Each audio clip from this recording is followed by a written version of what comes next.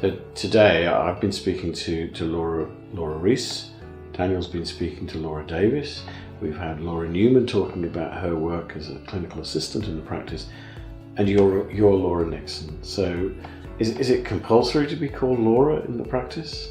I think it's all part of Nick's plan actually, so that it's easier, part of your plan, so that it's easier for, you can just go Laura, Laura, Laura, just so it makes more sense. But no, it's always quite amusing in the practice, you're seeing Laura Reese, Laura Nixon, and here's Laura Davies, Laura Newman. So it makes it more interesting, but no, not too confusing at times. So is it fun working here? Yeah, I really enjoy it. It's a great team, lots of members of fun staff, and really, really great people to work with and work for. So yeah. But you came in originally in the Optom training program, didn't you? I did, yeah, that's right. So how long ago was that? About 5, nearly 6 years ago now. Yeah, so quite a while ago. Yeah. And since then, you have worked elsewhere. You've been working in different practices around the country. What's brought you back to BBR? Why have you sought us out? I would say it's in a league of its own, as in the fact that there are a lot of independent practices out there, but there's not a lot that compare with BBR optometry. And I think it's a real pride when you go out and tell other practitioners where you work and who you work for. It's something that I really enjoy doing. The practice here, it prides itself on two aspects, on the ethos of the practice and on the clinical equipment that we use. Perhaps you could tell us a little bit about that clinical equipment and how you go about using it. So we're very fortunate here that we have an OCT and we also have an Optos imaging system as well. The OCT takes a photograph of the back of the eye, but it also scans all the structures in the back of the eye. So if there are any problems, we can see exactly where the issue is. And the Optos fundus camera takes, instead of just a smaller section of the back of the eye, it can scan up to about 85% of the retina.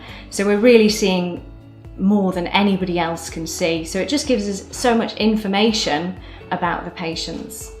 We've talked about the clinical aspects and then the examination that you can do for the patients.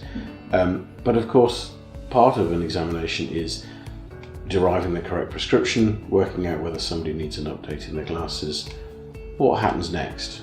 So the next step is really I would hand them over to one of our qualified dispensing opticians, and they would chat through the lens options available to the patient, what's going to be suitable for their prescription, and also frame selection, what will suit them, what will look good, and what will be the optimum correction with their lens prescription.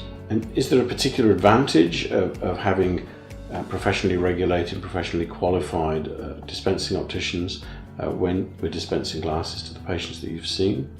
So I would say their knowledge is a lot better than any other non-qualified dispensing optician.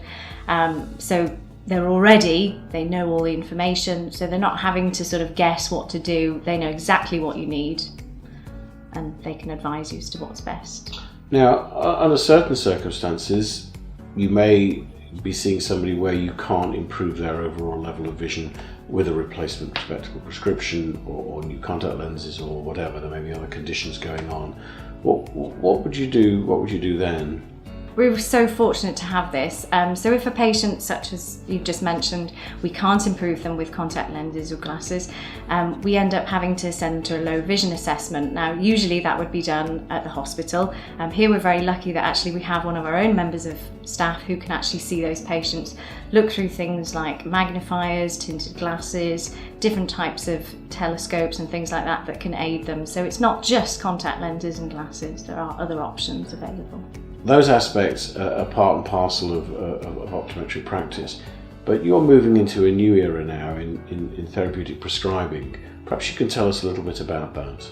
That's right, so I'm doing my independent prescribing course at Aston University at the minute, so we've just done module 1. It's been really, really interesting actually, so that will give me the skills to actually prescribe for some of my patients. So when I see them with red eyes, I can actually prescribe the correct medication they need instead of having to traipse to their GP or to their local eye casualty unit. We can do it all in-house. You're going to be joining a very elite band of about 350 independent prescribing optometrists, and obviously there are only 1 or 2 in the area here. Do you think that's really going to give an edge to the practice and to the service we can offer to patients?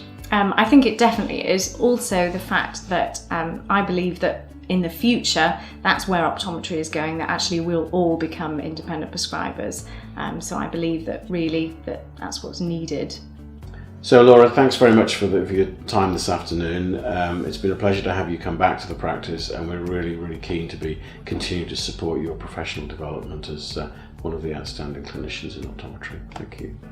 Thank you very much.